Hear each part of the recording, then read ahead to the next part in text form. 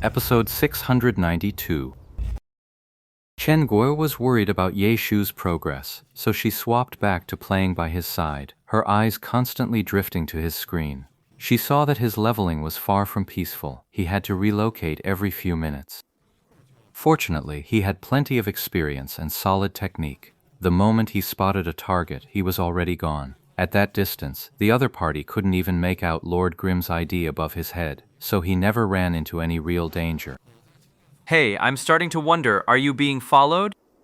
Chen Guo had only been worried about someone tailing Ye Shu, but it was Ye Shu who ended up tipping her off. Chen Guo froze. Chasing Haze spun a full 180, and there they were, a messy crowd of people behind her. The moment she turned, they scrambled, flustered, caught off guard, trying to hide it. Chen Guo finally understood. Some people had probably figured out the connection between chasing Haze and Lord Grimm, and were trying to use her to find that 500 yuan. Thinking about it, Chen Guo broke out in a cold sweat. She really had been heading straight for Lord Grimm. If Ye Shu hadn't warned her, she would have led a whole crowd right to him. She was so focused on worrying about Ye Shu that she nearly let things get out of hand on her own end. You don't need to worry about me. I'll be fine. You're being watched every time you log in now. Something might come looking for you too.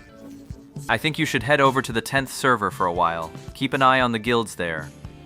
Chen Guo looked at the carefree bunch behind chasing Haze and could only accept Ye Shu's suggestion. Over in the 10th server, Chen Guo also had a low-level alt named Chasing Haze, who had joined Happy Guild and held a fairly high position. She wasn't high-level enough to stand out, but the guild members all knew it was a secondary account from Heavenly Domain. So Chen Guo started playing the alt game on the 10th server, managing the guild from behind the scenes. Ye Shu could barely make any headway in the Heavenly Domain. He hadn't been cornered yet, but his leveling efficiency had taken a serious hit. Chen Guo had been pretty anxious, but seeing Ye Shu so unconcerned about it all, she felt a little more at ease. Then, on Saturday, the Pro League saw a bit of a stir. In that round's match between Excellent Era and Thunderclap, Excellent Era's loss was nothing short of unexpected. After Yi Chu retired and Sun Shang took over, Excellent Era went through its ups and downs, but eventually settled back into a steady rhythm. The playoffs were out of reach, sure, but win or lose, their recent record had them looking like a powerhouse again. Who would have thought that in this match, every single member of Excellent Era would be in terrible form, ultimately resulting in a crushing 1-9 score.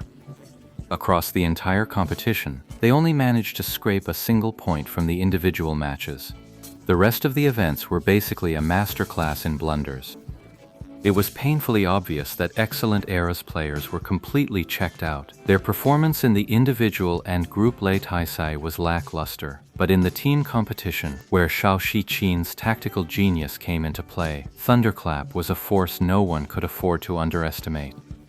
The result was that Excellent Era, in their utterly disastrous state, lost the team competition in spectacular fashion. The media was stunned, the fans were stunned, and even the victorious Thunderclap team was left stunned. At the post-match press conference, when asked about their opponents, Thunderclap's captain Shao Shiqin was so awkward he couldn't even manage a single polite word. Excellent Era's performance in that match truly had nothing worth praising. The go-to line, "They played well, just unlucky," would have required a conscience so twisted it'd take a miracle to utter. Shao Shiqin couldn't do it. He searched desperately for something praiseworthy in Excellent Era's performance that match, and in the end, all he could manage was to say a few words about Su Mucheng, who had played decently. Happy Internet Cafe, as usual, didn't broadcast Excellent Era's match that day. The crowd was smaller than before, but plenty of people were still watching Excellent Era's game on their own computers. That day, Happy Internet Cafe was in an uproar too. Excellent Era's performance, more nauseating with each match, had even some people jumping up to praise Chen Guo's decision not to broadcast their games as wise, a mercy, sparing everyone the misery. The guests who'd watched the match all looked like they'd swallowed flies, and they ran straight out the door to go throw bricks at Excellent Era's club across the street. This was supposed to be Excellent Era's home game. Yet the fans who'd watched the match live refused to leave, gathering together to shout and denounce their team's disgraceful performance. This kind of scene was nothing new for Excellent Era in the league, given their equally poor performance in the first half of the year, which had also sparked several large-scale fan protests. But no matter how bad it had been before, it had never been this bad. As for Excellent Era's performance today, the protest banner these players had hastily made summed it up in 4 words: an absolute massacre. Just when hope had been rekindled and expectations were soaring, the Excellent Era team doused them with an utterly devastating bucket of ice water. The disheartened fans huddled together, refusing to leave despite the bitter cold. On Excellent Era's side, looking thoroughly defeated, the spokesperson, the club manager, and the team members came out one after another to apologize to the fans, soothe their emotions, and make promises for the future. But were those promises worth anything? Sunshang, Liu Hao, every core member of Excellent Era wore the same lifeless expression. The online game world had its own bustle, and the pro scene had its own headlines. Excellent Era had always drawn plenty of attention. They were, after all, the league's long-renowned powerhouse. Before this season, they'd always been a strong contender for the championship. It's just that the reason they're getting attention this season is a bit different. At the start of this season, Excellent Era was already staggering in a way that made people's jaws drop. Midway through, they swapped out the captain and their ace player, and it seemed like things were finally looking up. But first, Vice-Captain Liu Hao made a catastrophic blunder, and now the entire team is in complete disarray. These 2 performances were so abysmal, they've practically earned a place in the history books. The news reports and front-page headlines dusted off the same overused title from the first half of the season: What's Wrong with Excellent Era? This time, though, they just added one more word. The headlines all read, What the hell is wrong with Excellent Era?